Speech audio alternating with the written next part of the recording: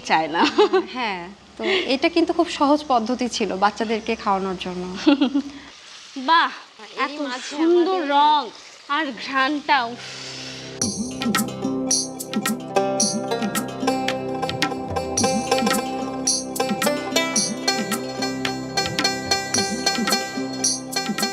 আচ্ছা, আমরা একটু দেখব যে কতটা সেদ্ধ হয়েছে।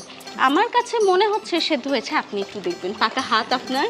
হ্যাঁ, এটা ৮০ থেকে ৮৫% সেদ্ধ হয়ে আসলে তারপরে আমরা কলাটাকে দিয়ে দিব। অর্থাৎ বলা যায় কলা বেশ নরমই।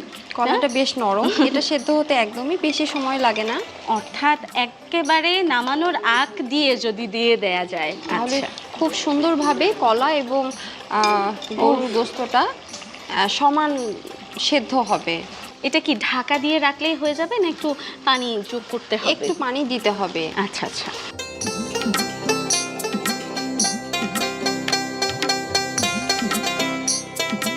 চুলার পাড়ের মাঝে আমি আপনার একটু গুনগুনানি শুনেছি, সেটা যদি আমাকে আরেকবার একটু শোনাতেন।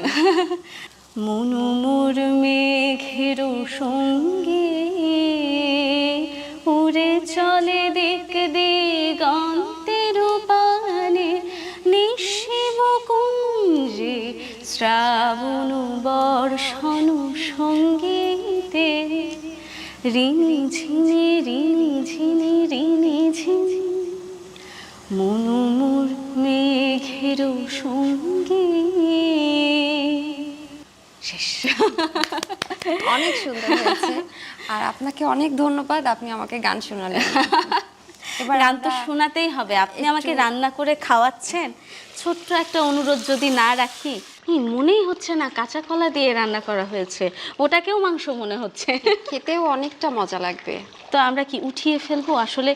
হ্যাঁ, এটা জাল তো জ্বলছে, আমরা তাহলে নামিয়ে ফেলি না? এটা এখন নামিয়ে ফেলবো।